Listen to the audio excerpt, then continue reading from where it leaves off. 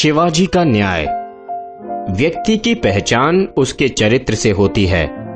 चरित्र की पवित्रता व्यक्ति को महान बनाती है। छत्रपति शिवाजी में भी हमें ऐसी ही महानता के दर्शन होते हैं। पात्र हैं शिवाजी, हिंदू सम्राट। मोरोपंत, शिवाजी का महामंत्री। शहजादी, मुल्ला अहमद की पुत्रवधू। सोमदेव, शिवाजी का सेनापति। मुल्ला अहमद, कल्याण के किले का सूबेदार। कुछ सैनिक। क्या कल्याण के किले से कोई समाचार आया है? अभी तो नहीं आया, पर आता ही होगा श्रीमंत। सेनापति सोमदेव के नेतृत्व में हमारी सेना किले पर अपना ध्वज फहरा देगी, आप विश्वास रखिए। हमें अपने सेनापति की वीरता पर पूरा विश्वास है, परंतु युद्ध इतने दिन चलेगा हमें आशा नहीं थी। इस किले को जीतने के लिए हमारे कितने ही सैनिकों को अपनी जान से हाथ धोना पड़ा है।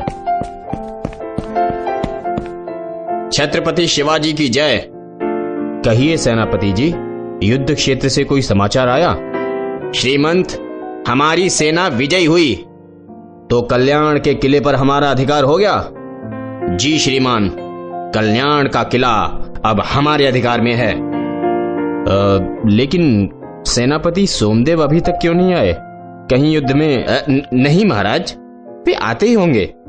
उन्होंने ही अपनी जीत का संदेश भिजवाया है। महाराज की जय हो।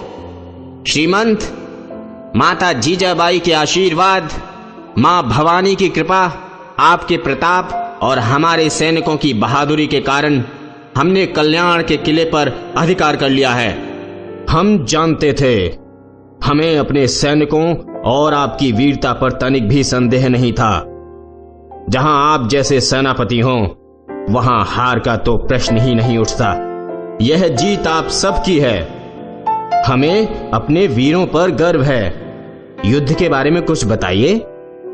महाराज, जैसा कि आप जानते हैं, यह युद्ध कई दिनों तक चलता रहा।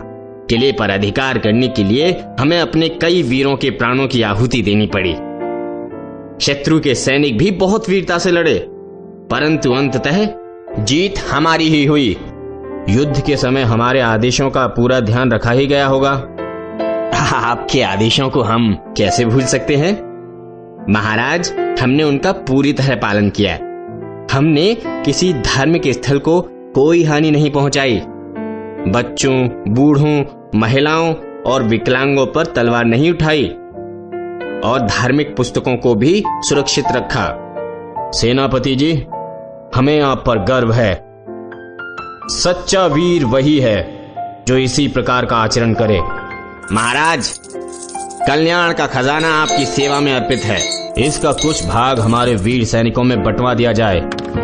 जिन सैनिकों ने इस युद्ध में वीर गति पाई है, उनके परिवारों को भी इस खजाने का कुछ भाग भिजवा दिया जाए। यदि कुछ शेष रहे तो उसको कोष में जमा करवा दिया जाए। जैसी आपकी आज्ञा महाराज।